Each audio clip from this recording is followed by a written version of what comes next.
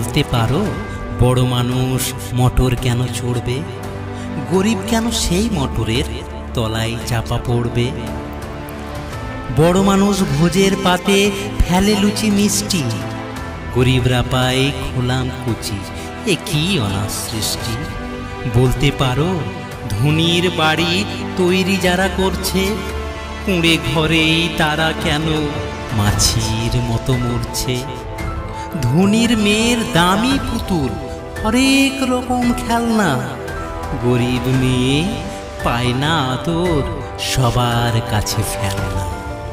বলতে পারো ধনীর মুখে যারা জোগায় খাদ্য, ধনীর পায়ের তলায় তারা থাকতে কেন বাধ্য? হিং টিং প্রশ্ন এসব মাথার মধ্যে কামড়ায়, বড় লোকের ঝাঁপ তৈরি, গরিব লোকের চামড়ায়।